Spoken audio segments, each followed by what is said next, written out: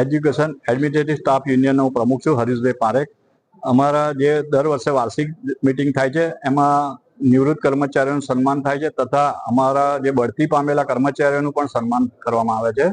અને આ સરકારશ્રી સાથે જે અમારા છેલ્લા ઘણા વર્ષોથી પ્રશ્નો છે કે ભાઈ હાલમાં સ્ટાફ બિલકુલ કોલેજોમાં પૂરો થઈ ગયો છે, તો આ માટે અમે સરકારને રજૂઆત કરીએ છીએ કે ભાઈ તાત્કાલિક આ ભરતી કરો અને નવો સ્ટાફ આપો, જેથી કરીને કોલેજોની જે અત્યારે પરિસ્થિતિ ખૂબ જ ખરાબ થઈ ગઈ છે આ સ્ટાફના અભાવે, અને રોજનું વહીવટી કાર્ય એ બધું એકદમ ઠપ થઈ જવાયું છે. તો આમ આ સરકારને અમે પુનઃ વિનંતી કરીએ છીએ. અને મેડિકલ એલાઉન્સ જે અમને 1/10/22 મળવું જોઈએ, તો એના માટે અમારે આ જે 4/25 આપ્યું છે, તો આ સમય દરમિયાનનો તફાવત બી અમને સત્વરે મળવો જોઈએ.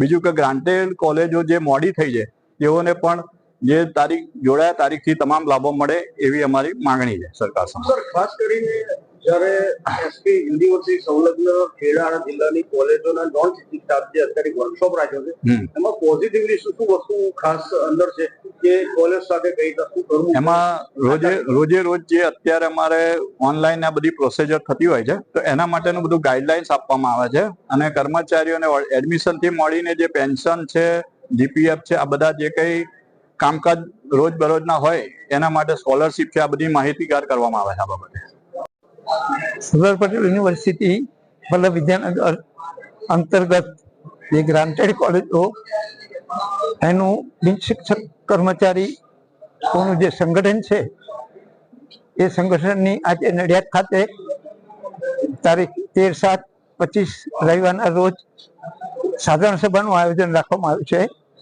તેમાં કર્મચારીઓ સાથે વૈચારિક આદાન પ્રદાન કરવામાં આવશે અને સૌ સંગઠિત રહી આ સંમેલનને સફળ બનાવે એવી અપેક્ષા. આભાર. દાદા, ખાસ કરીને કયા બે જિલ્લાના કેવા પ્રકારના કર્મચારીઓ કઈ ઉપસ્થિત રહ્યા છે? ગ્રાન્ટેડ કોલેજો અને આણંદ અને ખેડા જિલ્લો, અને એમાં પણ વહીવટી કર્મચારી જેને નોન ટીચિંગ સ્ટાફ છે એ કર્મચારીઓ અત્યારે હાલ આ સભામાં ઉપસ્થિત રહેશે.